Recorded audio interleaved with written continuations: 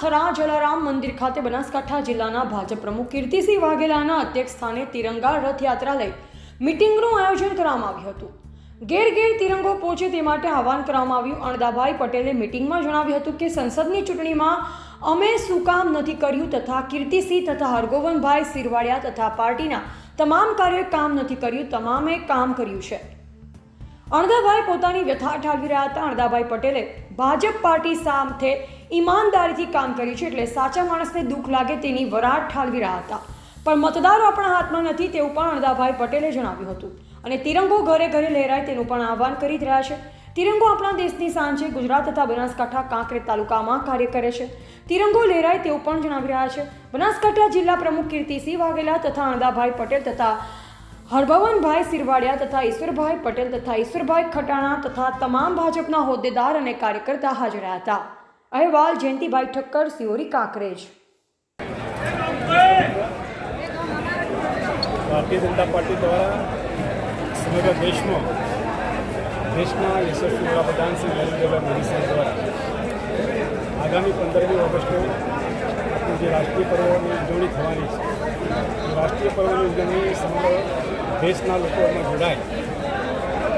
આપણે દેશની આન બાન શાન તો આપણો રાષ્ટ્રીય ધ્વજ તિરંગા દરેક ઘર પરિવાર સુધી પહોંચાડી અને રાષ્ટ્રીય ધ્વજ ફરકાવવાનું કામ, રાષ્ટ્રભક્તિને ઉજાગર કરવાનું કામ માટેનો drive programme Bharatiya Janata party દ્વારા સમગ્ર દેશમાં ચાલી રહ્યો છે.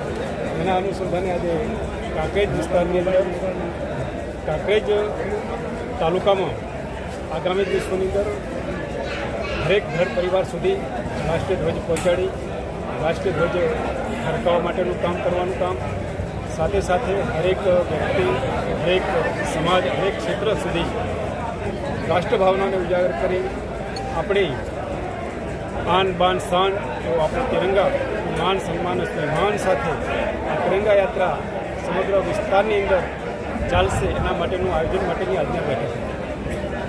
આવનારી જિલ્લા પંચાયત તાલુકા પંચાયતની ચૂંટણી બાબતે શું કહેશો? આગામી તાલુકા પંચાયત, જિલ્લા પંચાયતની ચૂંટણીઓ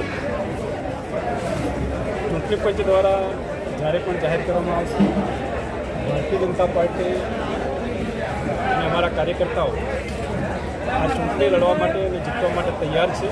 આગામી તાલુકા પંચાયત, જિલ્લા પંચાયતની ચૂંટણીમાં ભારતીય જનતા પાર્ટીનો જન્મ પૂજે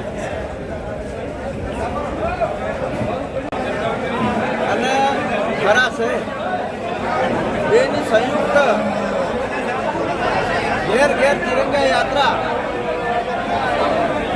ભારતીય જનતા પાર્ટી દ્વારા તિરંગા યાત્રા દ્વારા સમગ્ર કોંગ્રેસ તાલુકા રાષ્ટ્રમય બને. દરેક ઘર ઉપર તિરંગા યાત્રા થાય, દરેક ઘરે જઈને ધ્વજ લહેરાય અને તમામ લોકોને ગૌરવ વધે કે અમે બધા ભારતના છીએ, અમે તિરંગાને વફાદાર છીએ.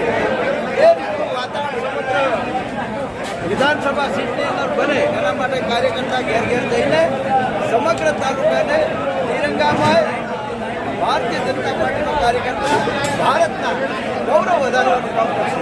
બીજું કે આવનારા દિવસોની અંદર નજીકમાં આવી રહી છે તો સ્વાભાવિકપણે ભારતીય જનતા પાર્ટીના કાર્યકર્તાઓ ભેગા મળે એટલે લોકોને પણ એવો ઉત્સાહ હોય કે એના વિશે પણ તમે બધા આવનારા દિવસોની અંદર જિલ્લા પંચાયત, તાલુકા પંચાયતની ચૂંટણીઓમાં પણ આ ભારતીય જનતા પાર્ટીના કાર્યકર્તાઓ ખૂબ સારી મહેનત કરી અને જિલ્લા પંચાયતની સીટો થઈ જીતશે અને તાલુકા પંચાયત ભારતીય જનતા પાર્ટી બનાવવા માટે કામે લાગશે એવી મને આશા છે. અને આ વખતે 100% ભારતીય જનતા પાર્ટી જીતવાની.